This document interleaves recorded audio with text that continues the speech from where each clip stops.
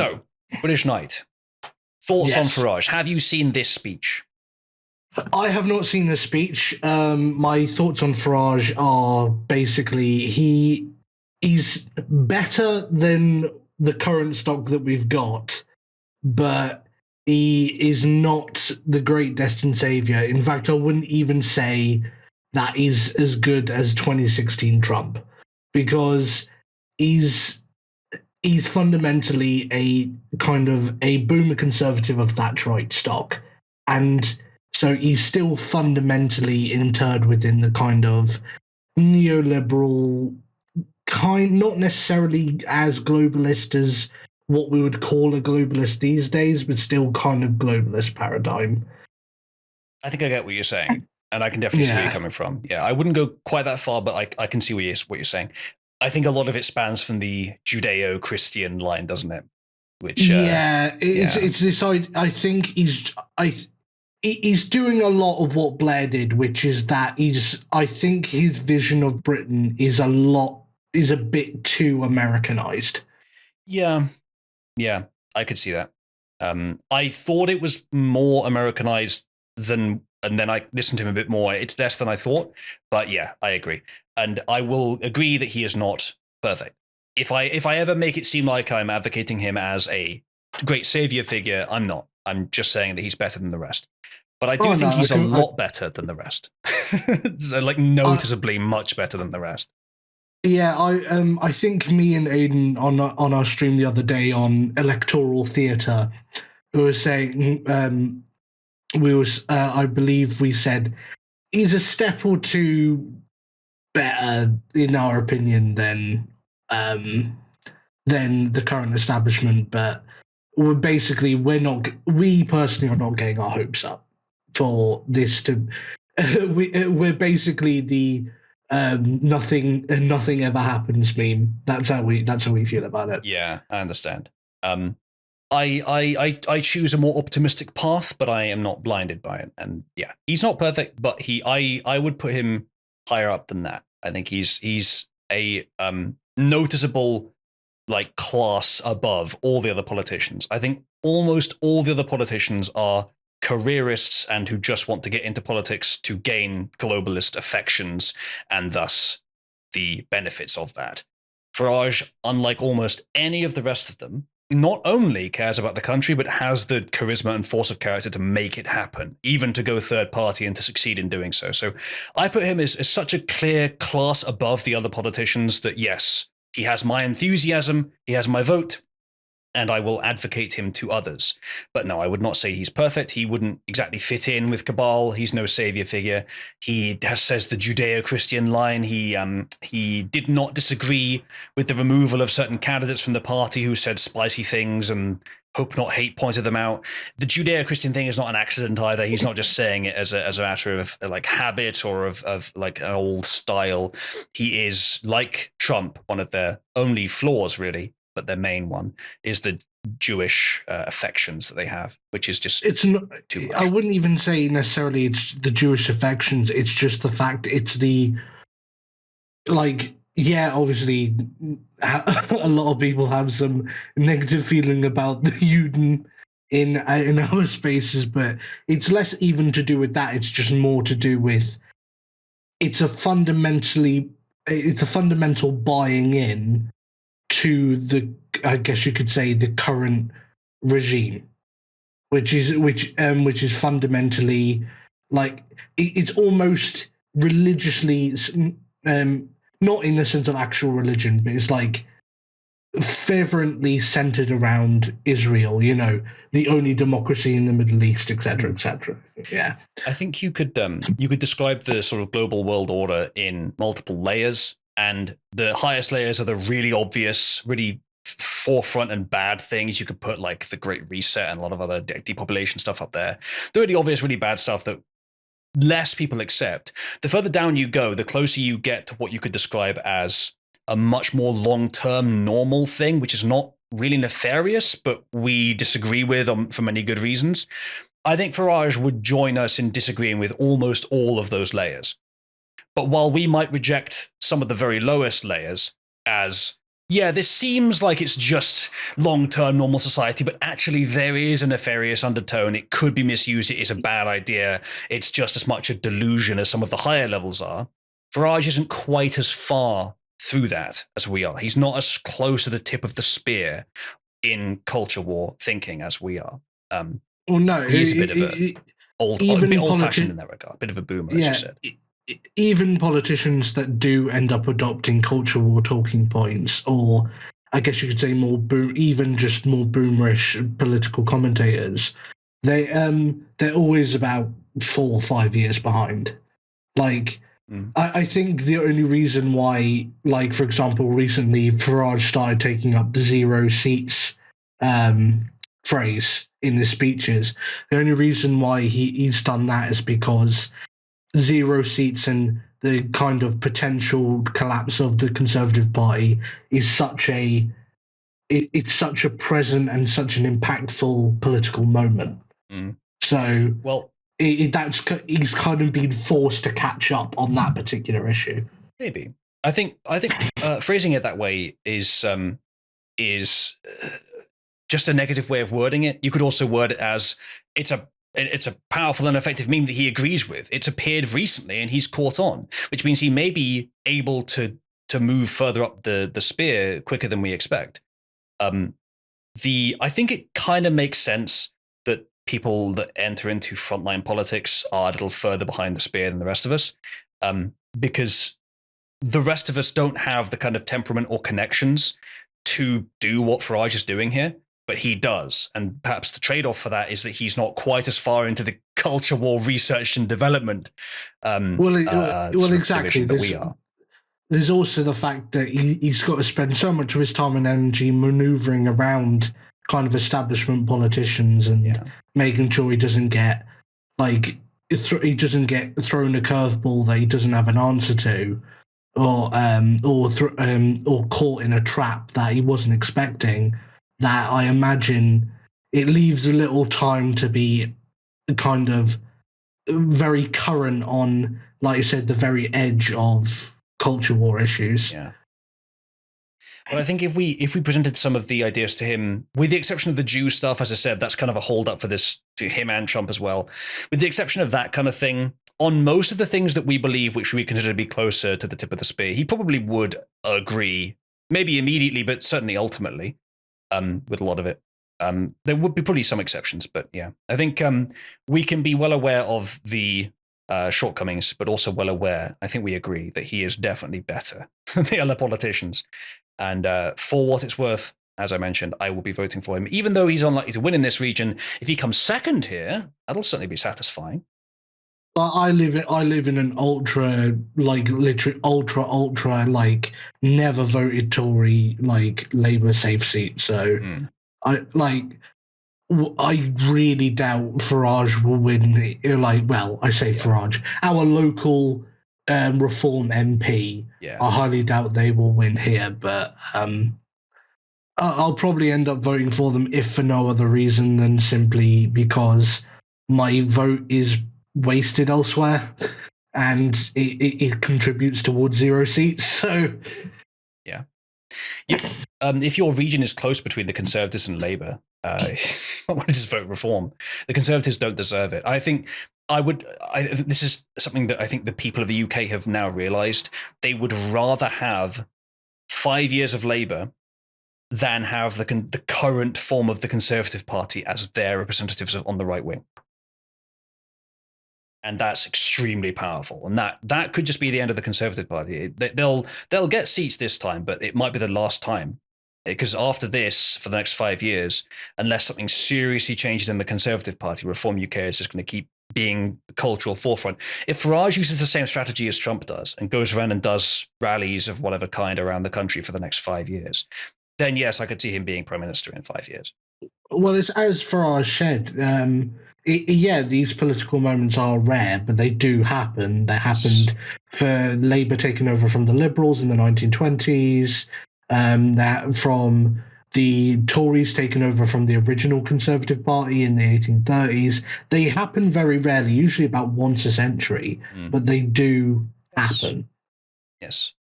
And what better time than now? I mean, I think all the pieces are in place. I think this is one of those moments of political flux, absolutely. And I don't see anyone else but Farage who's in the position to capitalize on it. So yeah, I'm for it. Let's watch, shall we? And see how much we agree on. As I mentioned earlier, there's not going to be a lot I disagree on here, so I'm going to mostly be playing it for the audience, but whatever, they enjoy that. And pipe up if you disagree with something or you want to comment, and I'll pause the video. Okay. Oh, and also something I'll do, which I hope you will greatly appreciate. Ready? There we go. Oh, fantastic. Very nice. There was some preamble and introduction before this that I've skipped past because we're here for one reason. Amazing. God, goodness me. You know, I just walked over that bridge and looked at the canopy of trees, and for a moment, I thought I was back in the Australian jungle. But, you know, I have had to deal with one or two snakes over the course of the last few days. Holy shit, did you see his interview with Nick Robinson?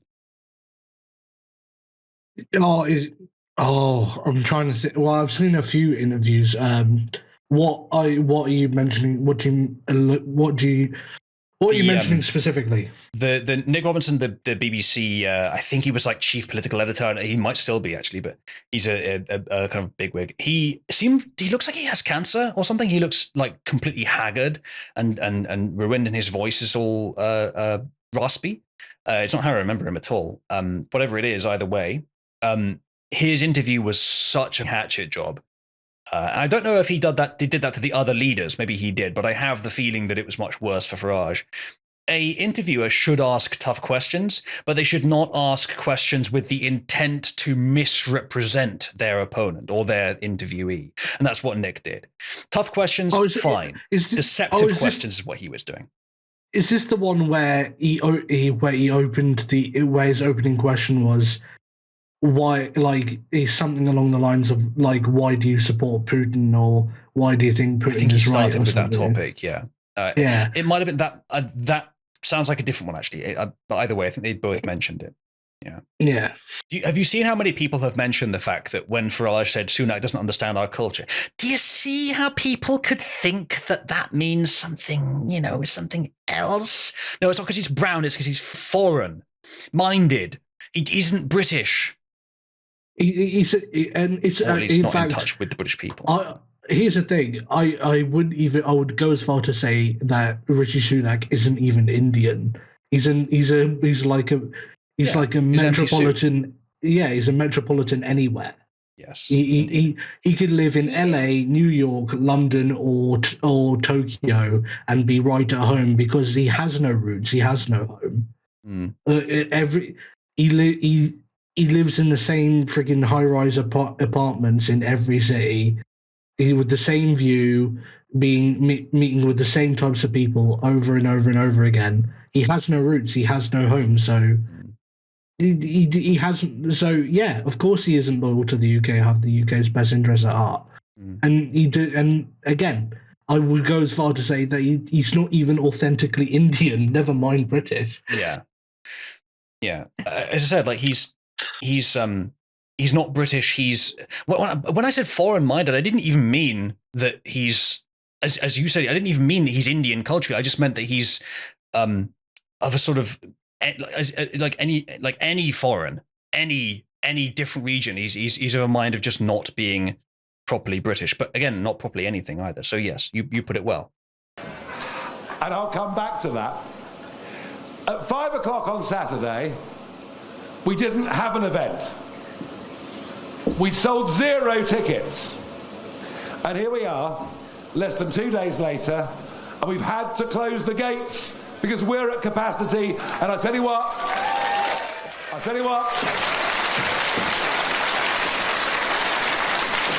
I know it, I can feel it. Something is happening out there, and it's very, very big indeed. And thank you for coming. I'm going to enjoy 5 years of this if he keeps it up. If he goes with the Trump strategy and just does nothing but political rallies for the next 5 years. Well, that's what I'm saying. I will give him that. Much like Trump, he is an excellent orator. Oh, yeah. He really knows how to work a crowd. Yeah. I will give him that.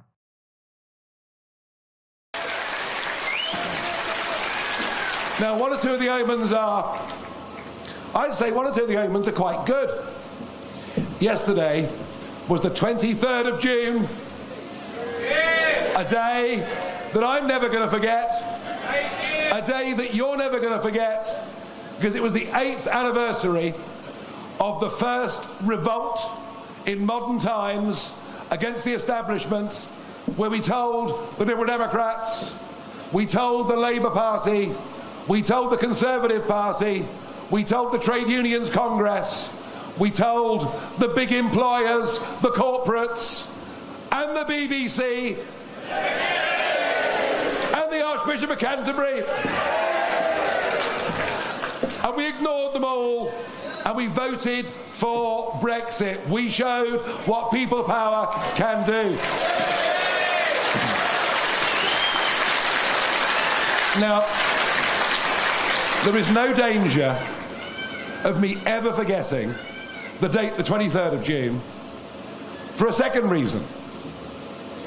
Because yesterday, my first grandson was born. You mentioned that in the previous speech, but that is fortuitous, isn't it? A 1 in 365 chance that his first grandson was born on the same day as the Brexit vote. The Brexit anniversary, baby. It's quite something. Again, that's wholesome comment. Wholesome comment. We like that here. Yeah. And I think I imagine that most of the people in the audience are somewhat maybe a little bit family oriented, a little bit favorable towards the family structure. So I think that's a winner for the audience too. Yes. Indeed. Now, it's been a very odd 48 hours. So let me quickly speak to what Meatbun is saying, because I have heard this comment and it is a fair thing to consider. Meatbun says, imagine if he didn't lift his foot off the pedal after Brexit. I've heard a lot of people talking about the fact that he seems to just sort of pop into politics and then leave, and then heat things up and then leave, heat things up and then leave. And people have proposed the idea that this indicates he may be containment. It's an understandable perspective, but I doubt it. And the reason is that the reasons he left both times kind of make sense.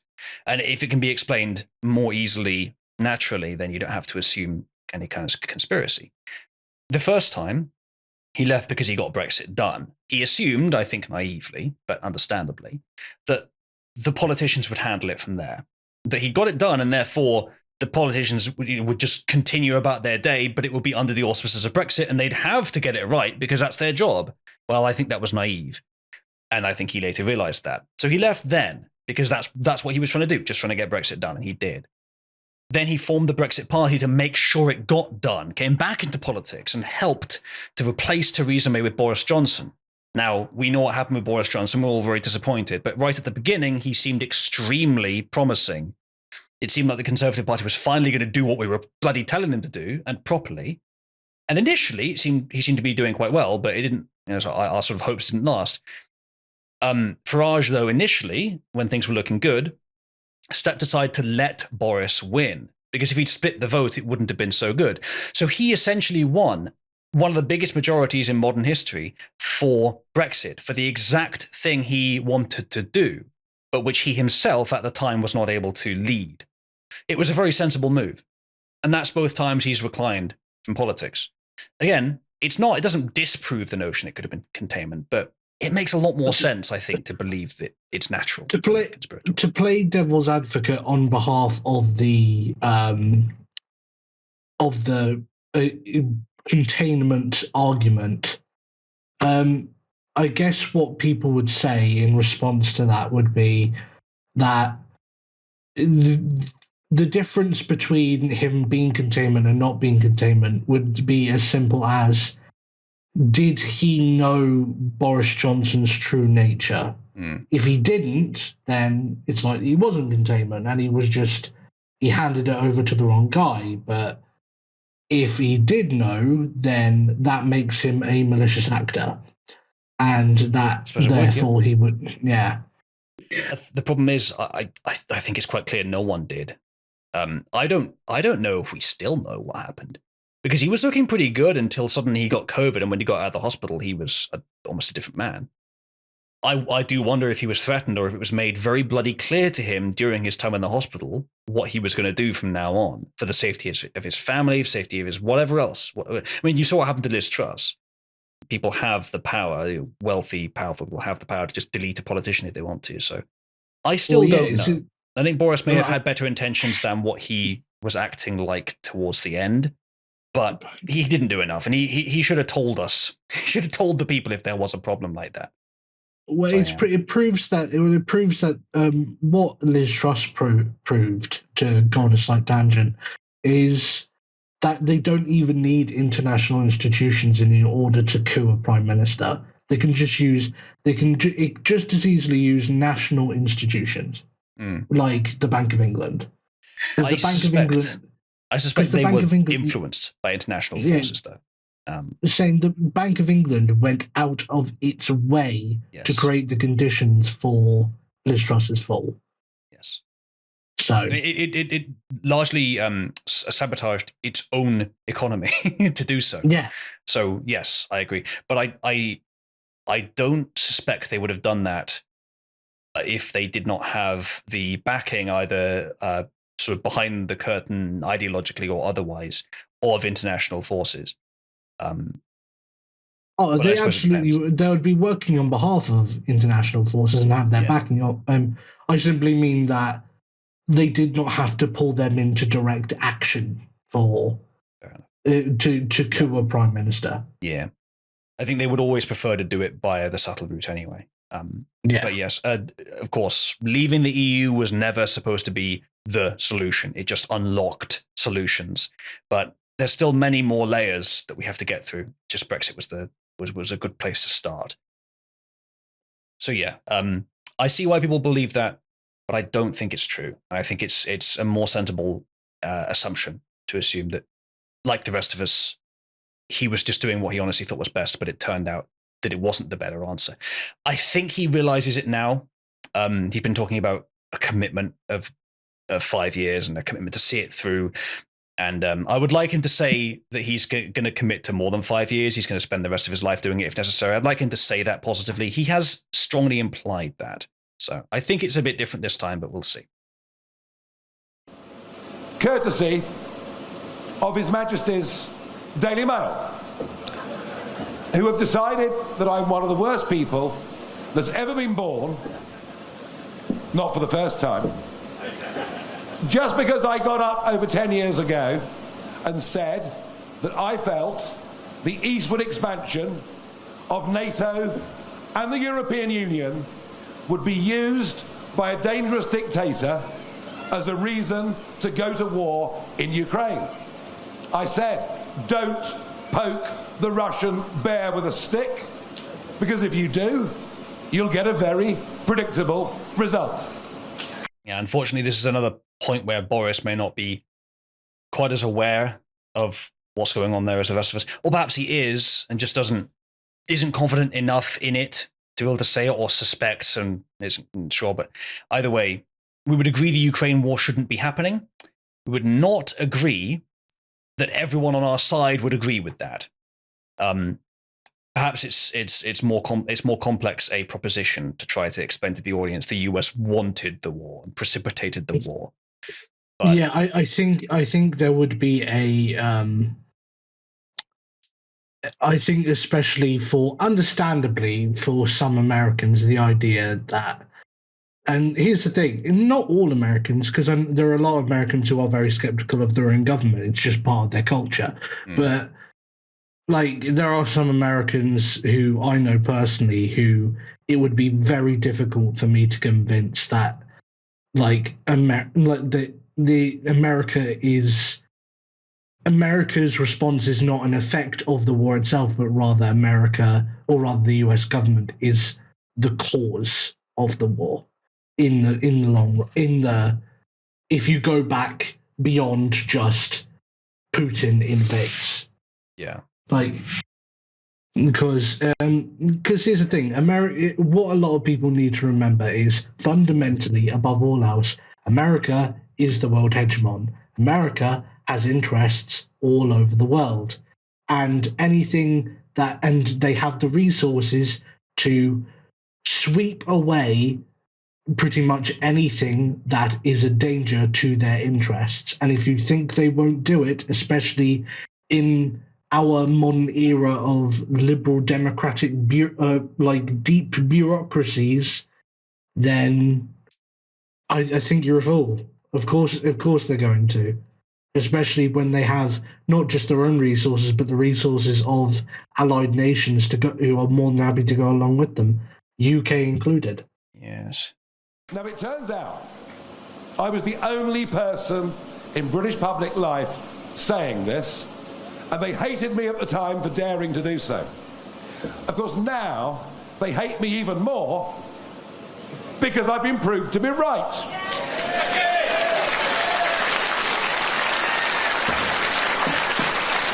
And the pile-on has been unbelievable. Somehow, I'm made out to be a Putin apologist, which of course I'm not. What he's done in Ukraine is reprehensible. But some of the reactions amazing, including the Daily Mail's best paid columnist, one Boris Johnson, who said I was morally repugnant for daring to put that view. Well, I tell you what, he didn't like it this morning when I appeared at the Maidstone rally with a life-size print of his comment on the front page of a British newspaper in 2016, in which he said EU expansion had caused the war in Ukraine. They are hypocrites, they are hypocrites, they are cheats, and they are liars. Liars! And this the same Boris Johnson who got an 80-seat majority, and in areas like this, we stood down in 2019. We gave them a free run. We took them at their word, and yet it was Boris Johnson that gave us mass immigration on a scale the country has never seen. It was under Boris Johnson where the boats first started crossing the English Channel. Under Boris Johnson, where his net zero lunacy led him to suggest that up to 30% of British farmland should be rewilded. Now, I suspect this had more to do with Mrs. Johnson than it did with him, or Carrie Antoinette, as she was known, during that time in Downing Street. But I'm being asked by journalists, well, surely Reform standing is going to destroy the chances of the Conservative Party. The answer, folks, is no. They have destroyed their own chances, even without any help from us. You have done that to yourself. The Obi-Wan quote comes to mind. Yeah. The relative vote share of the Labour and Conservative Party, as far as all the data I've seen implies, is not because Labour have suddenly gained a huge number of votes, or that Labour just has all the voters have gone from Conservative to Labour. No, it's just a reduced pie. Less people are voting overall because they can't vote for the Conservatives because they just don't trust them. Even less than they did in the past. Only about 15% of 2019 Conservative voters are voting Labour this election. Yeah. And I think it's something like 50% are voting Reform. There's a significant chunk who just aren't voting at all. Yeah. And I think those people who aren't voting at all, there's no particular reason why they couldn't just all vote Reform. And with enough time, and he doesn't really have enough time, but with enough time, I think they would. I think they could be convinced, but I think the nature of this election means that at most he's probably going to end up with what? I think it's going to be more seats than it's going to be a lot like 2019, where the result's going to be much different than is predicted. I think he's going to get more seats than is currently being predicted. I think it's going to be more like 10, 15 seats. Yeah. But I don't think it's going to be enough even to be a working opposition. Yeah, the opposition, the official opposition, yeah. Yeah. No, unfortunately, I agree. I expect the Conservatives are going to get something like 50 to 70 seats, and Farage will get, as you say, 10 to 15. But whilst he will not be the official opposition, he will be essentially the real opposition, the useful opposition. He'll be the popular opposition. Yeah, I think if the polls actually show that not only is reform rising quite quickly, not only are the Conservatives dropping at a moderate rate, but actually Labour have dropped in the last few polls quite a lot. They're still way ahead, of course, but a recent YouGov poll had them dropping from something like 44% to 37%. And almost all of those votes appear to have gone into both the Lib Dems and Reform of which being further ahead. Yeah, so because with enough time, you could do a lot more good. Because to use Nigel Farage's own words against Juncker, he has the personality of a Dan Bragg. Yeah, exactly. Yeah. I think the more people see of Keir Starmer, the less they like him. Yeah. He's like, he's meant to be the leader of the Labour Party, and yet he goes on an interview and can't even accurately define the working class. It's like, yeah, of course, like he's an idiot. He is a middle manager I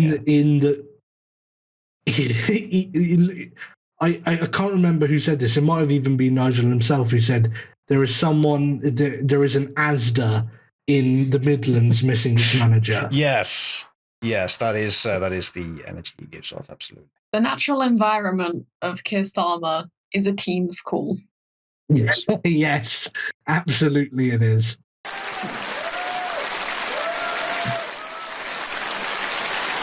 But this big row, or confected row, over what caused the Ukraine war, doesn't help any of us, given where we are today. We today are in the most dangerous international position we've been since the Cuban Missile Crisis. Remember, the Russians wanted to put nukes in Cuba. America said, if you encroach upon us, we will go to war against you. Funny, isn't it? Rather familiar ring with what I was saying about us encroaching on Russia, but never mind. We now face a Middle East that's on fire. All of Trump's achievements with those Abraham Accords, where he got the Israelis and Arab states to sign up to trade deals, to mutual deals, with Saudi Arabia about to join, they've gone. They've gone with the October 7th attacks. Israel now finds herself increasingly isolated, and we now find... Yeah, well, I don't care about Israel, but in terms of the region being full of conflict, about 90% of that is due to outside forces.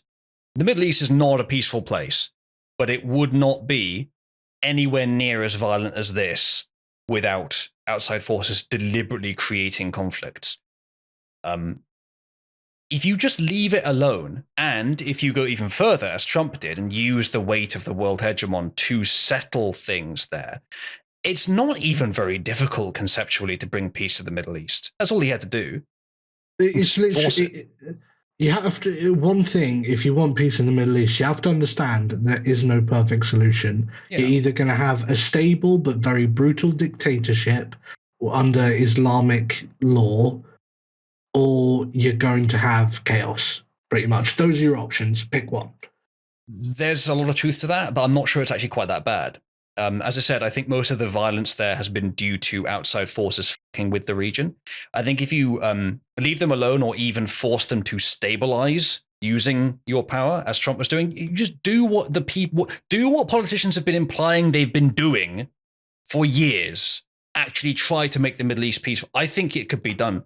relatively easily. I don't think anyone's actually tried it. Same thing as with Vietnam. I think the US didn't really lose that war. I don't think they were really trying. I think the objectives they had may have been different than what they said, and maybe they haven't achieved them. Same thing with a lot of the wars in the Middle East themselves. The US was not trying to do the things it said it was trying to do. It had different objectives. It may have achieved those, but Trump just tried to do the things without even sending troops in that they had said they were trying to do before, and they were always achievable. The US just hadn't actually been trying to. I think that's all it would take. So Trump doing that was an incredible success, but not necessarily because he's a massive genius. It's more so just because he wasn't doing anything obviously wrong. And that's all that was required. I think that's the case with a lot of these problems, is actually you can solve them if you're just not evil. You can solve them if you're not trying to make them worse. Yeah, if you just make the effort. I mean, it's not as if every Middle Eastern state is necessarily out for blood either. Like for example, the United Arab Emirates seems to be, they seem to be more interested in money than war. In fact, they don't even seem even particularly interested in Islam, to be honest. No, indeed not. No, they just seem to be interested in money. Yeah. Well, money first, yes, but they do obviously enforce their ideology on their own citizens in their capital, just not on the foreign citizens, because of course money comes above Islam. Yes. Exactly. Yeah. And as Chase in chat is saying, Jordan is a relatively civilized Middle Eastern country as well. They exist. Yeah. Relatively. I mean, any country that can produce Chase can't be that civilized. Palestinian activists who are allowed to march through the streets of our cities, deface our war memorials, insult our police forces, shout anti-Semitic bile, and we have a police force that stands aside and does absolutely nothing. This country is going down the drain. Yeah, so think what you want about the Israel-Palestine thing. I obviously don't care that much. Let them fight. I wish all desert savages a very happy genocide, mutual genocide. But think what you want about that. The law and order angle, he's completely right on. Any of the protesters who are violent or committing crimes should be arrested, and if they're not, then yeah, it's just like with all the statue vandalism and mostly in the US, all the sort of street violence stuff. Here, the police not doing anything. This is the same problem. Probably the management of the police have told them not to in some implicit way because they're afraid of what the media will say, or because they have orders, and the police officers themselves know that there's a threat on their livelihood, almost their life, if they do something that could be interpreted the wrong way by the press. So yeah, they are unfortunately way too careful. It's one of those things where it is politically expedient for certain people. Like, you'll notice that policing in places like, here's the thing, I live in a Labour safe seat. Policing in my area isn't bad. The police are not a bad institution everywhere in Britain. Whereas you'll notice in places like London, like Birmingham, like Liverpool. Now, Liverpool's always been a shithole, but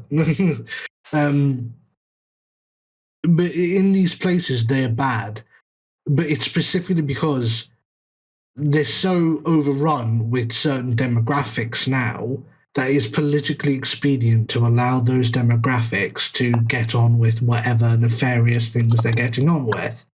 Because ultimately, a lot of politicians care more about votes than they do about kids, the innocence of kids, or the lives of regular citizens. So it is in these areas that they feel the need to tell the police, okay, soft touch with these, and these people, It might be for that reason, yeah. It might be for that reason. That certainly could be the case in, for example, London, which is now majority non-British, or at least non-white. So yeah, that very much could be the case. I think it's been going on for longer than that was the case, and I think they're well aware that they would get more votes for stopping than they would necessarily get for allowing them. So perhaps it's not that, but perhaps it is. That's probably a factor. I think it's more so the press threat against each individual person of being called the wrong thing for doing the right thing. But yeah, it's probably a bit of both. A part of it is because we now live in a time where people unironically believe that self-defense is just as bad as the initial perpetrator. That's something that's especially true in our country. Less true in America. I think Americans still have a good tradition of self-defense, but here in the UK, especially as far as the law is concerned, it's very difficult to basically self-defense as a concept is very difficult it's very difficult to explain away. If you fight back against someone who attacks you, and you use perhaps a little bit too much force in the heat of the moment and ends up injuring or killing the person who initially attacked you, you can get done for that in this country. Yeah, that definitely goes too far. Though there are some exceptional cases where, for example, a rank execution of a petty thief is probably too far.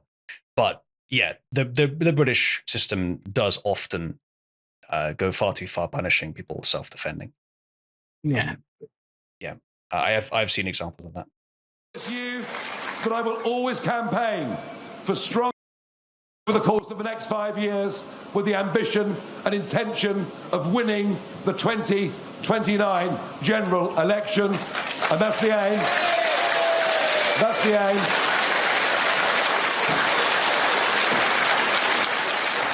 I promise you that I will always campaign for strong armed forces, strong deterrence. But for me, going to war should always be a last resort and not a first resort, and I will fight and strive for peace as much as I possibly can. But of course, maybe it's a good thing. Maybe them attacking me over what I said 10 years ago, maybe it's a good thing, because at last we're able to have a debate on defence and foreign policy, which thus far has been ignored in what I think is the most vacuous general election in the history of these islands.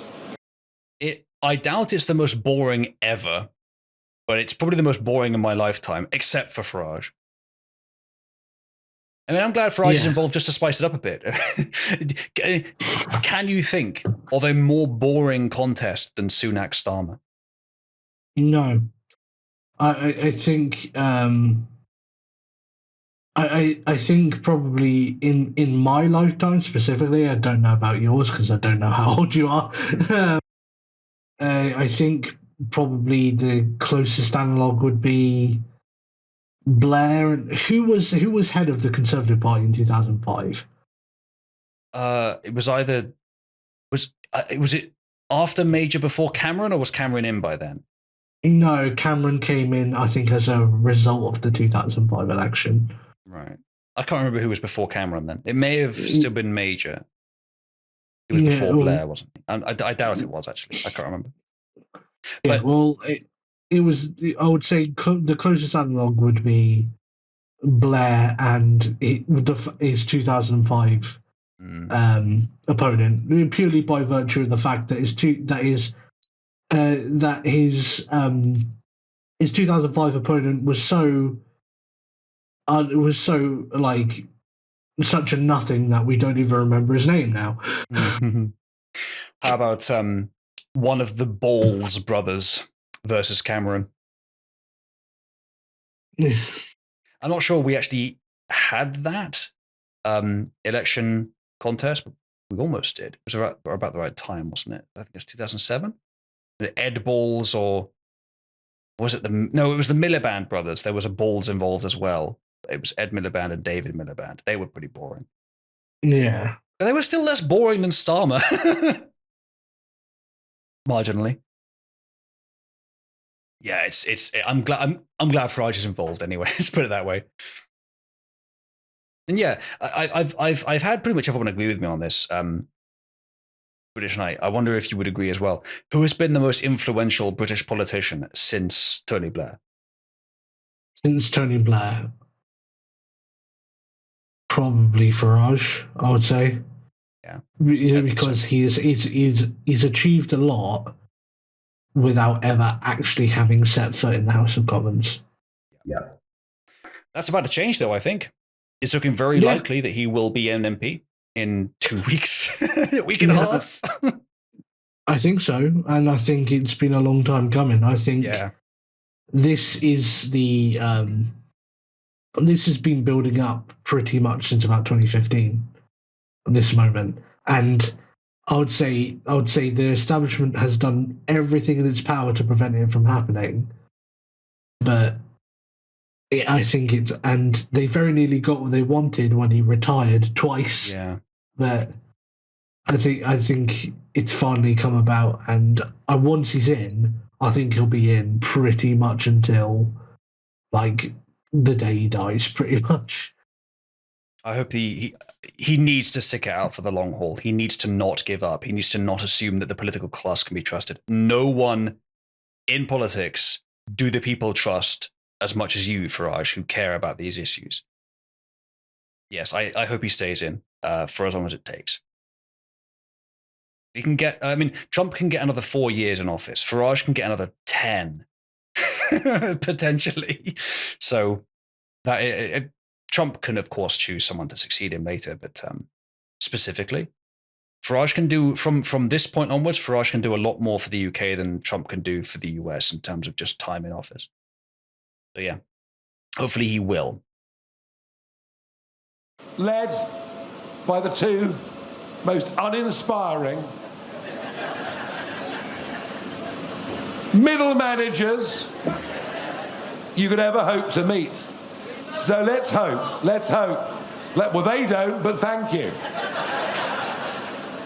Let's hope we can have some proper debate about defence and foreign affairs. But of course, for all of them, it's been a wonderful, wonderful way of covering everything up.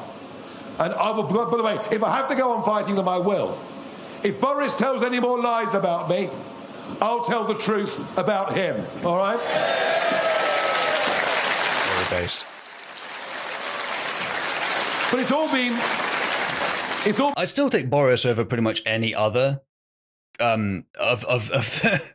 the conservative politicians. There's maybe one or two that are better, just because he has the charisma. But I don't trust him to do the right thing at all. And compared to Farage, he's as we said earlier, he's definitely a class below, at least. If he ever was anything close to our guy, he has been thoroughly compromised by now. Yeah, I expect that's the case. Yeah, I'm really not sure what happened with him, but it could have been that simple. Yeah, it could have been that he was compromised.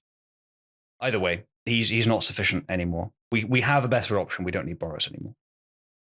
It's been wonderful cover, because what is going on is we're learning that Sunak's Conservative Party is in fact nothing more than an illegal betting consortium. The Conservatives really are making it easy for Farage, aren't they? Leaving halfway through D-Day, the same day that Farage enters the race, and now this stupid betting scandal.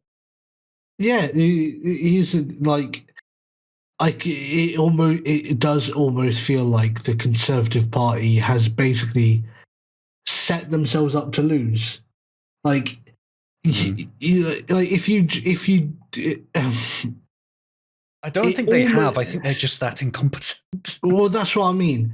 Yeah, it could be that they are just that incompetent, but they are so incompetent it almost feels deliberate.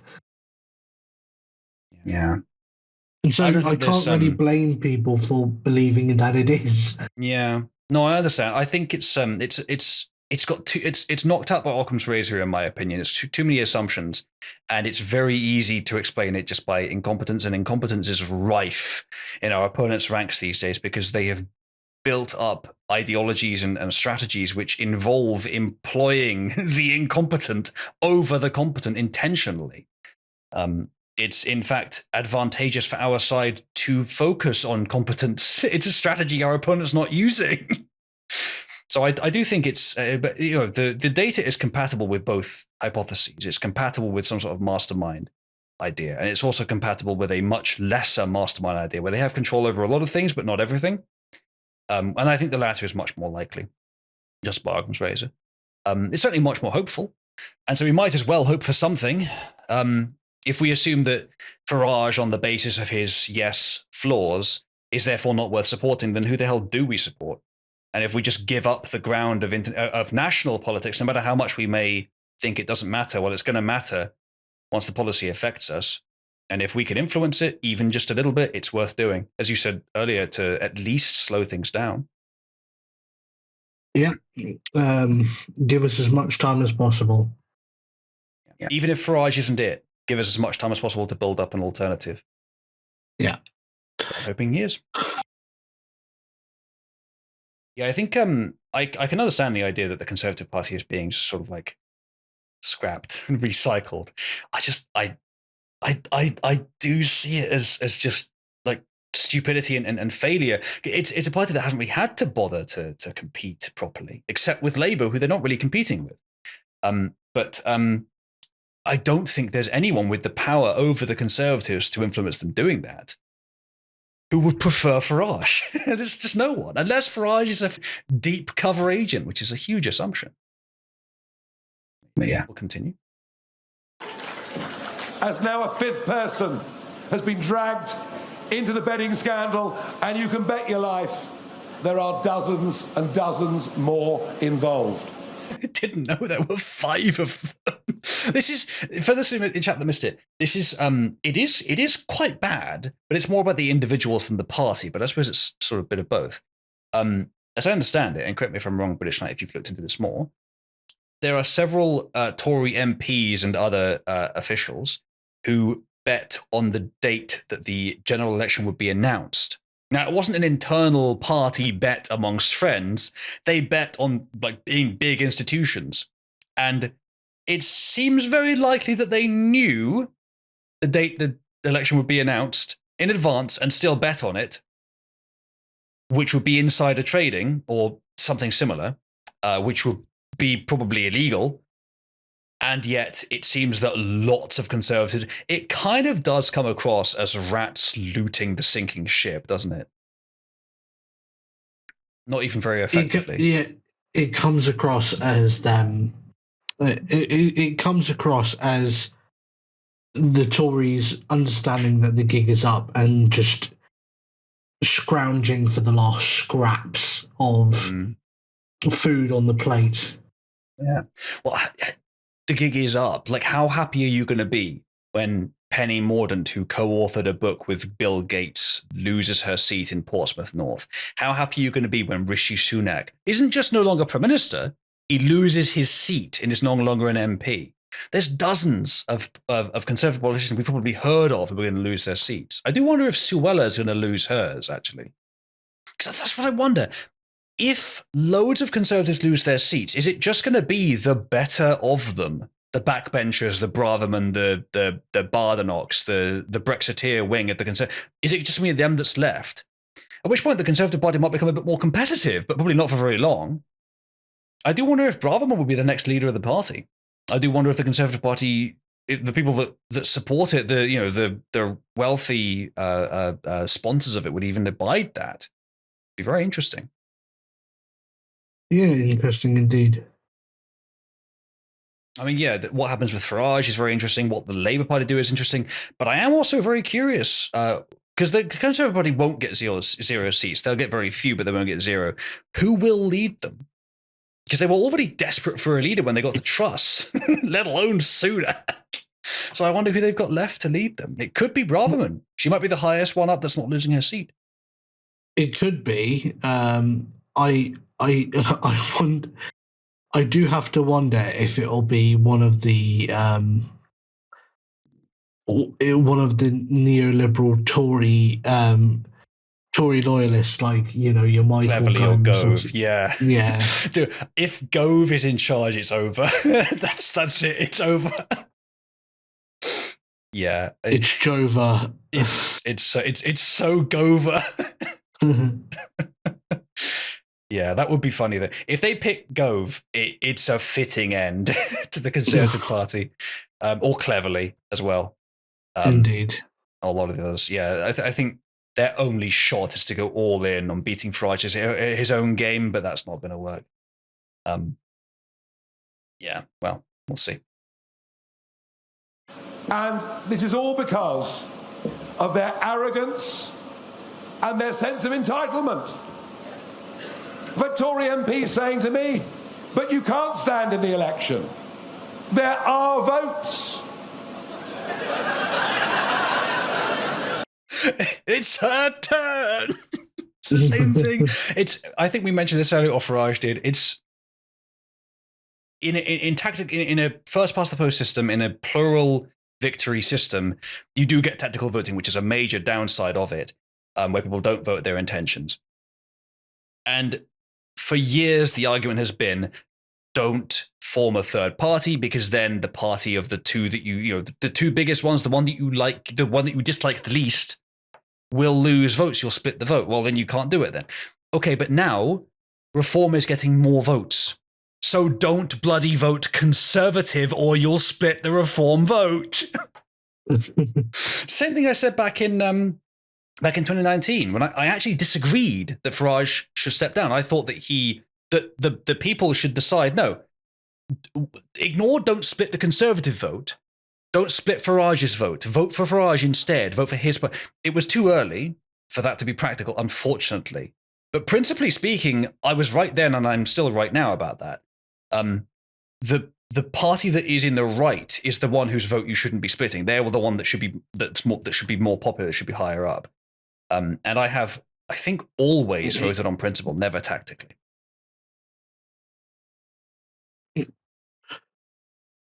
I'd say I've done the same. I don't think I've ever tactically voted before. I think I linked to the point where I didn't vote for the Conservatives or the Brexit Party in 2019. I voted for UKIP. Makes sense. I think in 2019, UKIP were in a somewhat sorry state. I think I did vote for Boris. I can't remember actually. Everyone thought he was, Farage as well, thought he was on the right path. But yeah, I'll be voting for Reform this year, no doubt. As if somehow these people have a divine right to votes. I said to Kemi Badenoch at a social event, when she made this point, I said, no, the last person who believed in divine right was King Charles I, and look how that ended. Interesting, it was Kemi that said that. I haven't heard her name come up much in this conflict. Kemi Badenoch is a black woman MP in the Conservative Party, but she's actually based, or seems to be anyway. Haven't heard her name come up very much, but that's the first time I've heard her name come up in this whole conflict. If that is really what she said, then she's not our girl either. Farage might be exaggerating a bit here, but still, sound good, does it? Yeah, if you look back at her, while no MP had a good track record during COVID, if you look at Kemi Badenoch's voting record during COVID, hers was pretty bad. Fair enough. So I've known for a while that she wasn't as based as she makes herself out to be. Fair enough. I never looked that far into her, but I'm glad someone did. Well done. So I really do think we should talk about the big issues. But of course, the one issue they'd rather not discuss is what is happening in the English Channel. I went out there in the spring of 2020, and I went out and I filmed the boats coming. And I said to mainstream media, why are you not covering this story? Because they weren't. They weren't doing it. And I could see it was obvious. Because we'd stopped deporting people, which, by the way, we used to do. Both Labour and Conservative governments would deport those that came illegally. Fairly obvious, you would have thought. But we'd stopped doing it. There's a real running commentary over there. I don't know who he is. But he's terribly good, I tell you that. We'd lost our nerve. Yeah, show me another politician besides Trump that can handle a crowd like that. That I think is an artifact of an action that is very, very rare in people. That it's very hard to fake. It's very difficult for someone to fake it. Even an actor, a professional actor, would find it difficult to do that level of ad lib unless they're also like a professional stand-up comedian. But a politician that can do that, to me, is someone that has earned charisma, like deep charisma.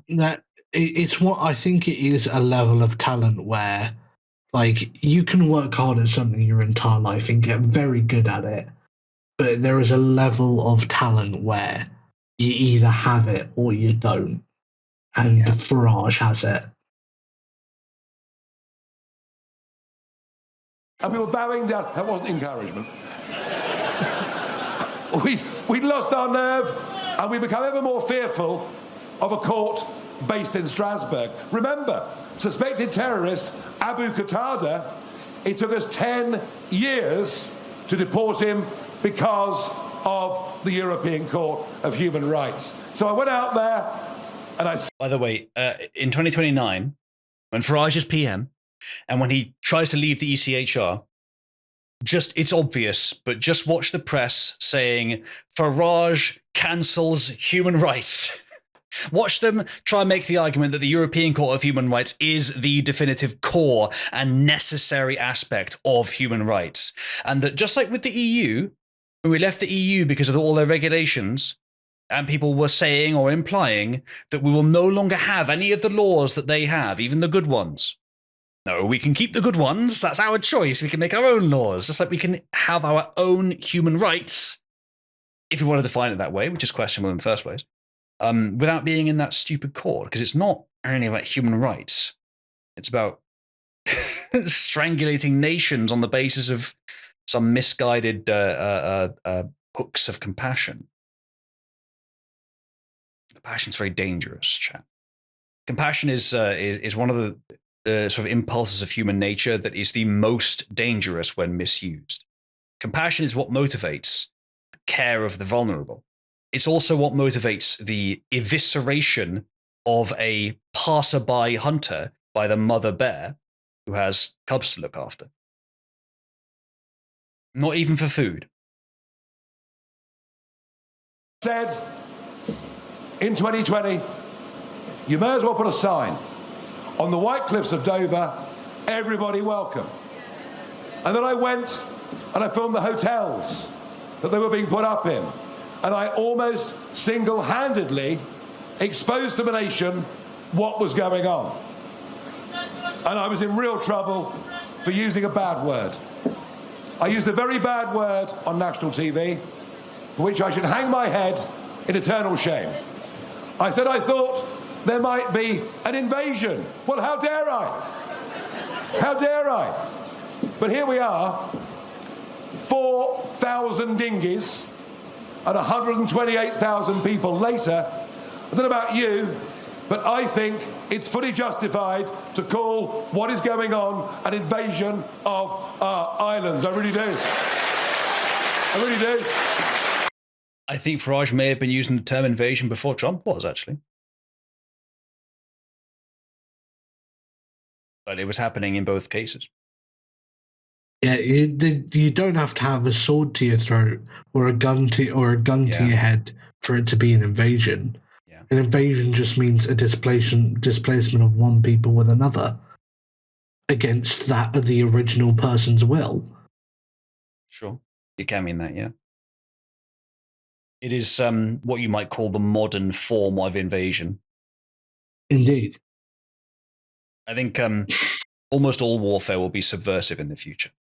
Nukes just don't allow for anything else. No. The next time nukes get used, it will be against. It won't be against. It will. No. It to say it'll be the next time nukes will be used against someone will be extraterrestrials. It's a bit of a stretch. I would say. I get what you're saying. The next time nukes get used, it will likely be against extraplanetary humans, as in the descendants of people who have colonized another planet. That may well be true. Yeah, I get it sounds a bit extreme, but no, that may be true. The exception is if we use like nukes to blow apart asteroids to mine the minerals. Very possible, yes. Anyway, I have got distracted, and that is because I am well aware now that we are 23 minutes from the end of this, and the stream is going to end a long time before that. So we'll end it now, and maybe we'll continue with the rest of the Farage interview next stream. British Knight, thank you very much for joining me. I hope to have you on the stream again sometime. Thank you very much for having me. It's been fantastic, and thank you very much to everyone in chat for putting up with my bollocks. It was good. British Knight, you do streams of your own. Would you like to advertise them to them? Yes, I do a weekly show called The Roundtable on Sundays at 9 p.m. I do a irregular weekly show, a lot like yours, called On the Pilgrim's Road, which covers like news and does a bit of gaming at the end. The Roundtable is also a news show, but it's on a set topic rather than a number of topics. And I also have guests on the Roundtable as opposed to the Pilgrim's Road, which is just me. And I also have an interview show, which I am one day hoping to get you on, Uzalu, called The Content Crusades, which is where I interview people in the dissident space and kind of get find out about their political journey and how they got to where they are and kind of what makes them tick, what are their beliefs. And so, yeah, you can find that at on my YouTube channel. You can also find me on Twitter at Anglo Knight.